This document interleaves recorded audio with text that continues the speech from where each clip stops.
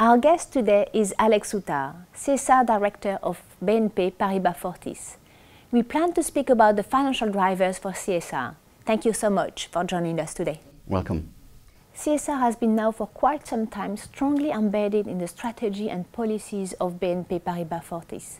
Could you explain us why BNP Paribas Fortis cares about CSR? What are the motivations for such a strong engagement and commitment? Yes, it is because we consider that corporate social responsibility is nothing but our core business, actually. So it means that we consider that the main role of the bank in the society is to support the long-term financing of the economy. It is an important role in the society, and therefore it is part of our core business to be socially responsible, because there is actually no real difference. So besides, we need, of course, to care for people and the planet like any other company. So this must be embedded as from the very beginning. But the extra mile for a bank is that huge opportunity to use our leverage, the credit, to make some orientation of the economy in the good direction. And this is what we try to do, or we want to do more and more in the future. So that's your main driver? That's the main driver, yes, the main driver, long-term sustainability of the economy. Yeah. How do your stakeholders value your CSR commitments and initiatives? Do they really appreciate and value what you are doing?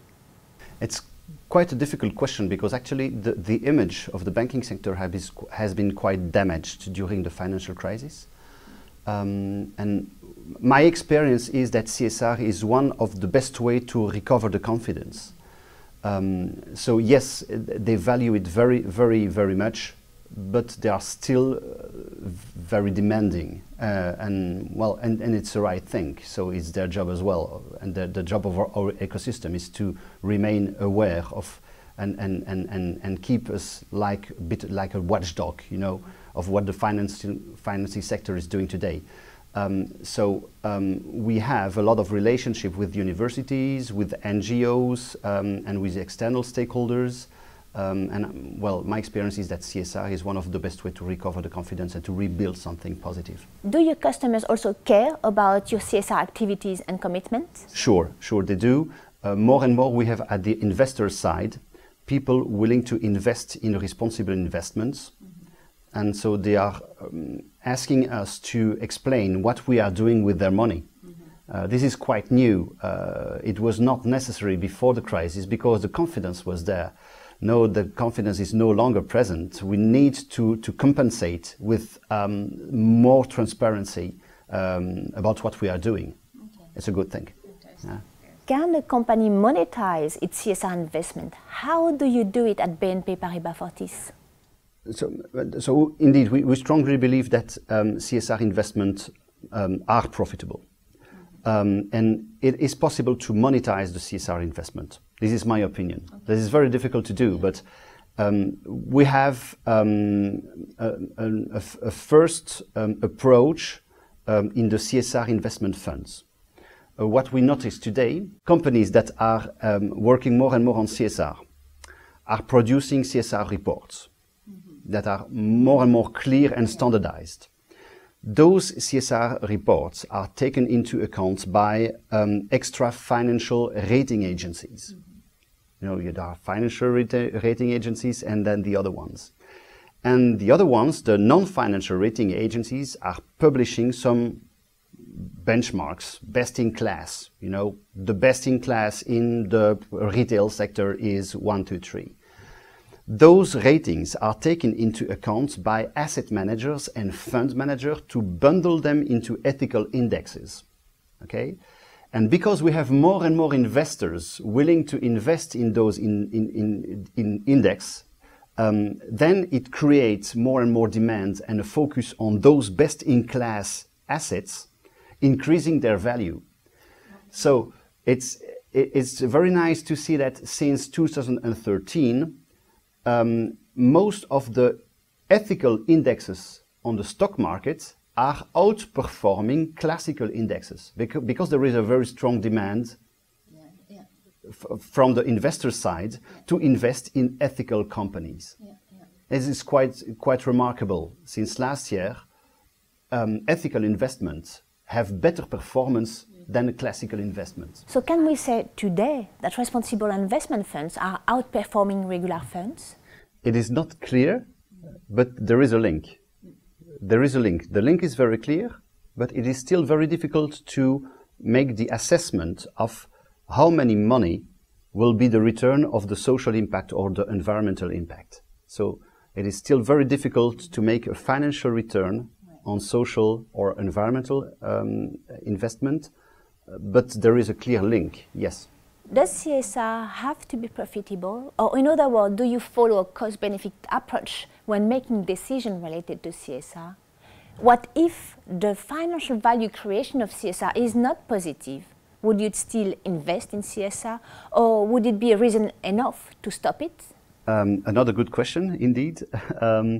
So I strongly believe that there is always a business case needed. But the business case must take other criteria than must take into account other criteria than just the financial ones. So there are two characteristics in business case for CSR projects. The first one is the length of the return.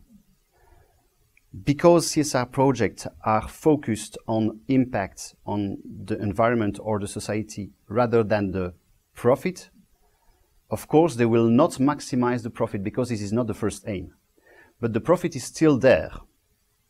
The only thing is that it will take a longer time to have your return. And this is natural because the first focus will be on the social and environmental impact. But it doesn't exclude the financial return. It's just a question of timing. So we need to, and that is the first one, we need to rebuild the model into an acceptable one for a CSR project, being the one for which the financial return will be longer than for a normal one. The danger is that if your period of return is longer, then the priority will be lower compared to other type of projects.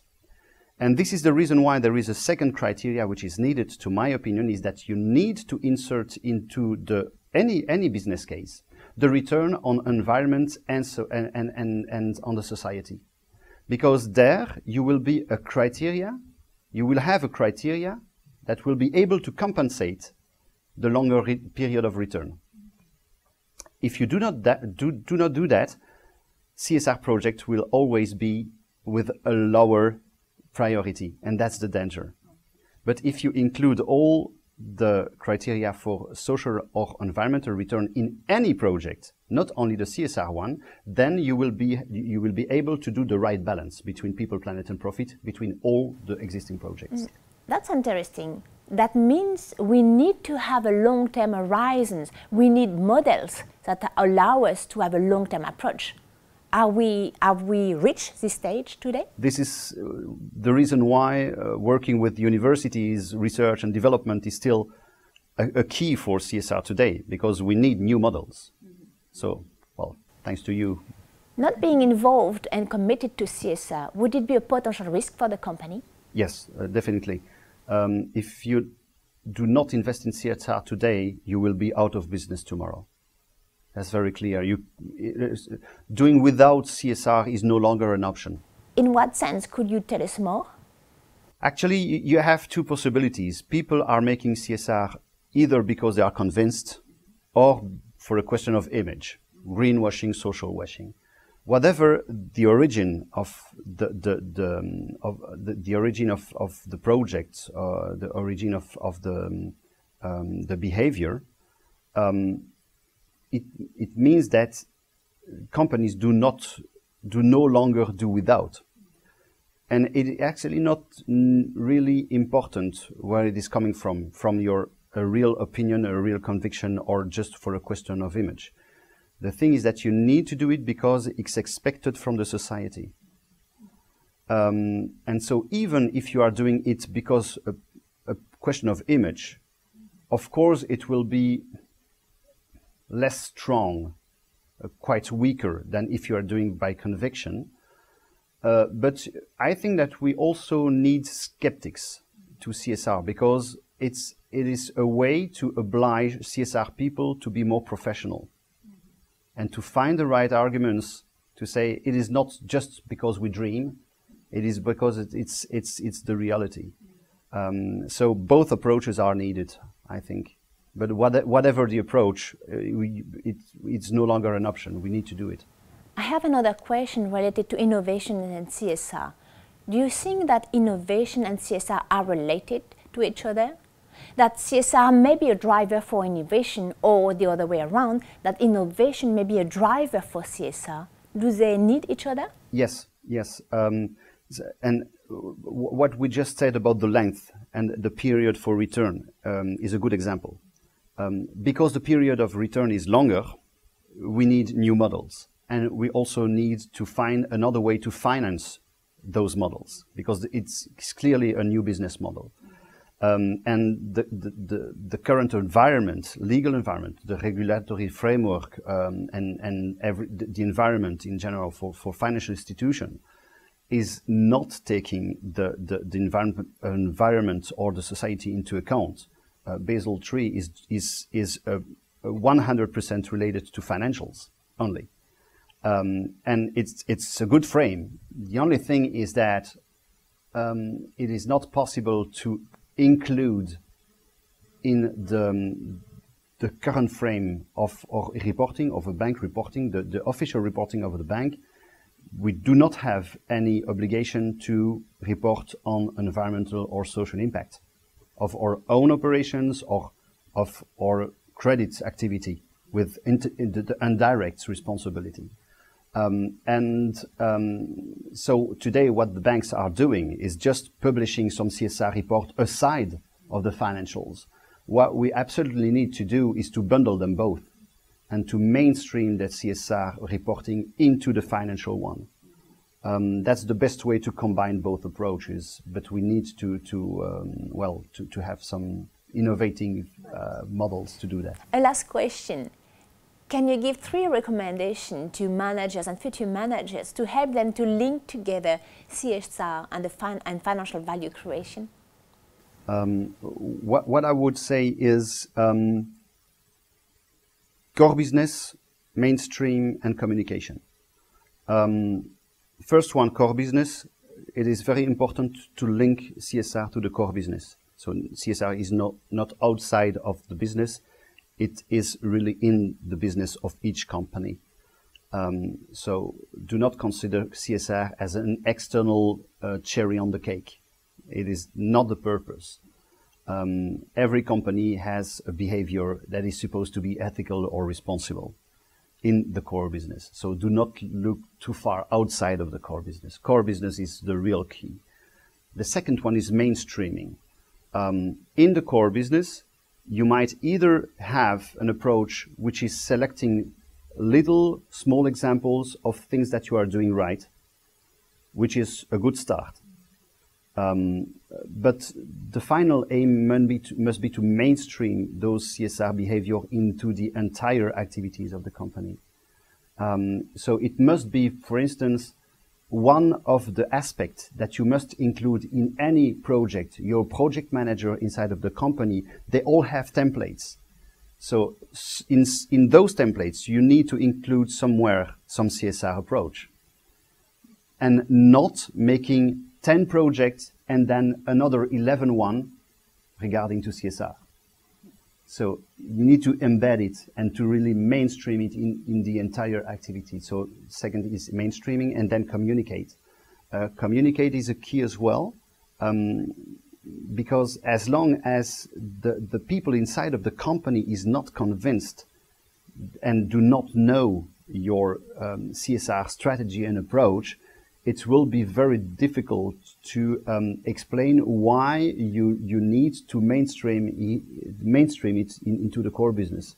And so we come back to the first question. If your CSR strategy is too far from the core business, it's very difficult to communicate inside that it is something necessary. Because people will think, well, my first priority is my core business, and if I have some time for the planet, then, well, maybe I will think about it later on. And that's the main point. So communication, core business and mainstreaming. Thank you, Alex. I really appreciate your time. Thanks. Thank you.